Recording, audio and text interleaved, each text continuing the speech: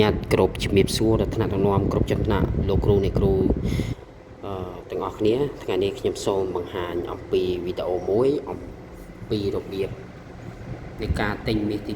2ហើយការទិញមាសទី2នេះគឺយើងអាចប្រើ BPV ក៏បានយើងប្រើមាសក៏បានបាទមាស BP ក៏បានអញ្ចឹងយើងអាចប្រើបន្ទុក BPV នេះក៏បានឬក៏យើងអាចប្រើមាសយកទៅទិញក៏បានដែរ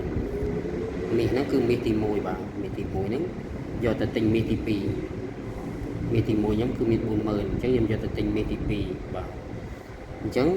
យើងចូលទៅសបចុចអនឡាញត្រេ3ហើយចុចពាក្យសបនេះបន្តមកទៀតយើងទៅរកមាសទី2នេះនៅខាងលើគេហ្នឹងនៅខាងលើគេហ្នឹងរូបភាពខាងលើគេហ្នឹងគេដាក់ថាមាសទី2មាសទី2មាស BP Gold ប្រើបានចំនួនកំណើនអញ្ចឹងមាសទី2ហ្នឹងគឺជាមាសដែលយើងប្រើបានចំនួនកំណើនអញ្ចឹងណាបានប្រើតែចំនួនកំណើនទេអញ្ចឹងខ្ញុំទិញគឺខ្ញុំទិញប្រហែលខ្ញុំទិញ 40000 អញ្ចឹងខ្ញុំតម្លើងលេខដល់លេខ4ទៅតោះមកខ្ញុំដាក់លេខ 40000 ហើយបន្តមកទៀតខ្ញុំទិញគឺខ្ញុំប្រើបន្ទុកមាសយកមកទិញអញ្ចឹងណាខ្ញុំទិញយកបន្ទុកមាសយកមកទិញនេះបន្ទុកមាសចុចឲ្យបេតុងពណ៌មាសនោះមក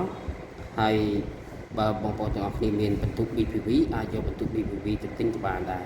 ណាប៉ុន្តែខ្ញុំទិញនេះគឺខ្ញុំទិញបន្ទុកមាសដោយប្រើមាសយកទៅទិញម្ដងអូខេខ្ញុំចុចកន្លែងបេតុងមាសនោះមកតោះមកខ្ញុំយកចុចពាក្យថាយកផ្ទាល់ចុចថាពាក្យយកផ្ទាល់ហើយខ្ញុំបញ្ចូល ID ហើយនឹងពាក្យសម្ងាត់បញ្ចូលបាទរងចាំអូខេឥឡូវ ID ខ្ញុំបានបញ្ចូលហើយពាក្យសម្ងាត់ខ្ញុំបានបញ្ចូលដែរតោះមកខ្ញុំបញ្ចូលយកចុចយកពាក្យថាចុចលើនឹងមកជ្រើសរើសខាងលើគេនេះខាងលើគេតោះមកទៀតចុចពាក្យថា confirm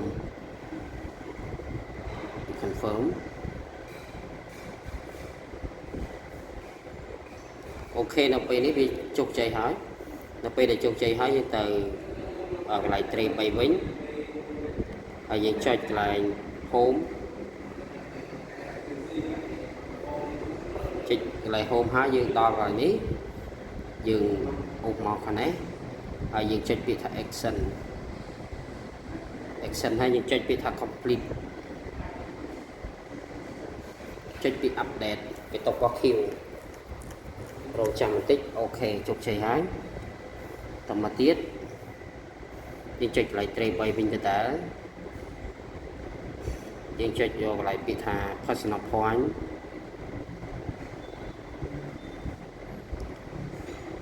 ចុច personal point ហើយយើងចុចពាក្យថានៅពេលដែលយើងចុច personal point ហើយយើងមកដល់ចំណុចនេះយើងចុច convert BPSV នេះសិនចុចកន្លែងលេខរបស់ Q នេះចុចកន្លែងលេខរបស់ Q ហ្នឹងដើម្បីបំលែងវាទៅជាបន្ទុក BPS នៅកន្លែងនេះបាទចុចលើលេខមកតមកទៀតយើងចុចកន្លែងនេះតមកទៀតយើងទទួលបានចំណែកជា BPS ហ្នឹងគឺ 1.7 1.70 ហើយ 77តមកយើងចុចពាក្យថា confirm តប Q តមកយើងចុច OK សម្រាប់អ្នកដែលអត់ទាន់យើងអាចចុចស្កប់តាមនឹងទៅស្កប់វីដេអូមើលទៅបានតមកទៀតយើងចុច convert មាសទី1នេះយើងចុចមាសទី1តមកតើយើងចុចលើលេខនេះយើងចំណាំទៅរាល់ការទិញផលិតផលទាំងអស់គឺយើងត្រូវចុច convert ហ្នឹងបើយើងអត់ convert ទេគឺអត់បានវាប្រែប្រួលពី BPV នេះទៅជា BP Gold ទេអញ្ចឹងណាអញ្ចឹងត្រូវចុចបំលែងបាទតទៅទៀតមាសទី2យើងចុចដែរកន្លែងសញ្ញាសោទី1នេះគឺយើងចុចលើលេខរបស់ Q នឹងមកបន្តមកទៀតយើងចុចកន្លែងនេះតមកទៀតយើងចុចកន្លែងបេតុង confirm